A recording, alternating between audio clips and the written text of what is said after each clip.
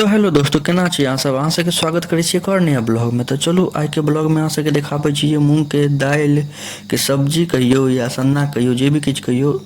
चलू सब्जी लऽ कऽ चलै छी। मूंग के दालि के सब्जी केना बनै छै या सन्ना केना बनै छै। तो देखियो, पहले ही मूंग के दालि के निकालि लेब एगो प्लेट में। हम अपन ढकने पर निकालि लेलिए। ये अपन घर के मूंग छै। एक ढक्कन पर निकालि लेब कोनो बर्तन में। एते ई 3 आदमी के लेल छै। ओहिके बाद लोहिया के गैस पर चढ़ा देबै गरम हुअ लेल। आ ओहिमे हिसाब से मतलब बढ़िया से देबै। वहाँ में देखलिए कनी छिटा बिटा गेलै तऽ कनी ठीक से एते देखियो, एते फ्लेम पर रह देबै गैस के। एहिमे तेल वेल किछो नहीं देबक छै, ओनाही एक बेर भूजि देबै बढ़िया से।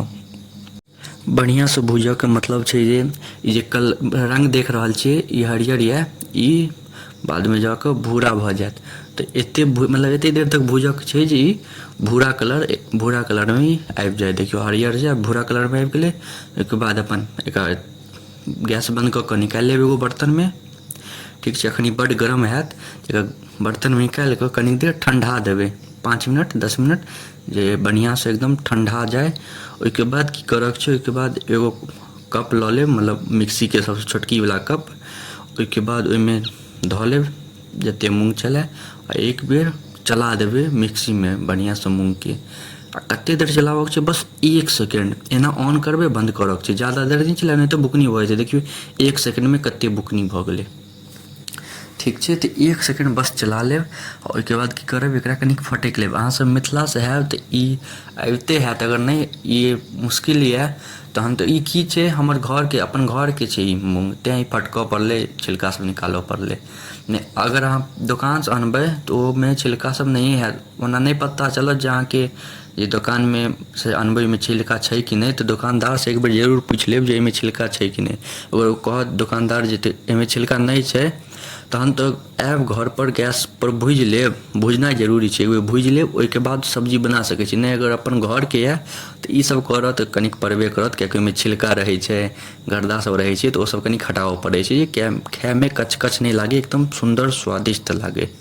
ताहि दुआरे ई सब घर के रहत तऽ ई सब करनाइ जरूरी छै। नहीं तो दुकान के रहत तऽ सीधा भूजि कऽ दऽ सकै छी। ओहिके बाद देखियौ प्रेशर कुकर में अहाँ, हम 3 आदमी लेल बना रहल छी तऽ 2 गिलास पानि लऽ लेब। और ओहिमे की कहै छै, ई देखियौ नीमक दऽ देबै 2 चम्मच। ओहिके बाद गैस के फ्लेम देखियौ एते दऽ देबै। ओहिके बाद फिर मूँग खसा देबै ओहिमे। एहिमे किछु नहीं देबऽ पड़ै छै, हल्दी धनिया और मिरचाई के पाउडर ई सब किच्छो नहीं देबऽ पड़ै छै। नमक दऽ दियौ, ओहिके बाद पानि में धऽ दियौ ई की नाम छै एकर, मूँग दाल जे सब फटकने छलिए ओकरा। ओहिके बाद एकर ढक्कन लगा दियौ प्रेशर कुकर के। और अहाँके गैस के फ्लेमो देखा दै छी कते छै। ई की कहै छै, कुकर के ढक्कन लगेलाके बाद 5 सीटी मारऽ देबै। फ्लेम देखलिए गैस के कते छै, एहि पर 5 सीटी मारऽ देबै। ताबत अहाँ प्याज के काटि लेब। आ ई नेबो जमीरी नेबो छै, कागजी नेबो नहीं छै। जे सब मिथिला से आयब जमीरी नेबो जरूर बुझैत हैब। कागजी नेबो ई नहीं छै, जमीरी नेबो में पड़ै छै, स्वादिष्ट होइ छै। अहाँ पास मिर्ची नहीं छलै की छलै, तखने मिर्ची खत्म भऽ गेल छलै, पता नहीं छलै, राति काफी भऽ गेल छलै, 9-10 बाजि रहल छलै, दुकान नहीं खुलल छलै, तेँ हम मिर्ची नहीं एहिमे भऽ पायल। तो मिर्ची नहीं देलिए, बिना मिर्चिए के बना हरियर मिर्ची, लाल मिर्ची नहीं हरियर मिर्ची मस्त। देखियो 5 सीटी लागि गेलै। ओकर बाद देखियो कते सुंदर भऽ गेलै। आब एहिमे कनिक तेल धऽ देबै। हल्दी वल्दी ओ पाउडर सब नहीं देबऽ के यऽ एहिमे, की कहै छै मिर्ची पाउडर सब, ओ सब नहीं पड़ै छै। एहिमे तेल धऽ देबै, जे देखै छी एते अपन तेल धऽ देबै। ओहिके बाद की कहै छै, प्याज जे कटने हैब से धऽ देबै। आ प्याज के बाद नेबो काटि देबै। आ हरी मिर्च देबे करबै। हमरा की छलै, हमरा सबके लगलै जे हेतै फ्रिज में हरी मिर्च, लेकिन देखलिए तऽ हरी मिर्च छलैहे नहीं। आ ओते राति कऽ के जेतै आनऽ लेल, मतलब दोकाने बंद हेतै, जायमे की छै दोकाने बंद छलै तऽ नहीं आनि पेलिए। तऽ हरी मिर्च हम फेर से एक बेर बना देब वीडियो जाहिमे हरी मिर्च दऽ कऽ, ओ तऽ और गजब के लागत हरी मिर्च के साथ।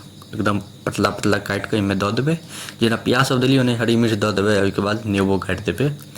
एगो पूरा एते बड़का नेबो गाड़बे करब, एकदम मस्त। जमीरी नेबो के जब तक स्वाद नहीं आयत एहिमे ता तक मजे नहीं आयत। तो बढ़िया से एकदम जमीरी नेबो के गाड़ि लेब एगो बड़का साइज के। ई 3 आदमी के लेल छै। ओहिके बाद एकरा बढ़िया से मिला देबै। आ मिलेला के बाद बस रेडी भऽ गेलै। बहुत आसान छै, एतबे आसान छै बनेनाइ। आसान छै कनिक, ओकरा शुरुए में फटकनाइ वटकनाइ मुश्किल छै। अगर दोकानसँ खरीद कऽ अनबै तऽ ओहिमे छिलका हटल रहै छै, खाली भूजि कऽ बना लेब। तऽ बतायब अहाँसभ एहन सब्जी देखने रहिए कि नहि एहन स्टाइलमे बनैत। नहि देखने हैब तऽ एक बेर जरूर घरपर ट्राई करब। और एते देर तक देखयके लेल अहाँ सबके धन्यवाद। नीक लागे तऽ लाइक कमेंट से सब्सक्राइब जरूर करब। मिलै छी अगला वीडियो में, तब तक के लिए जय हिंद, धन्यवाद।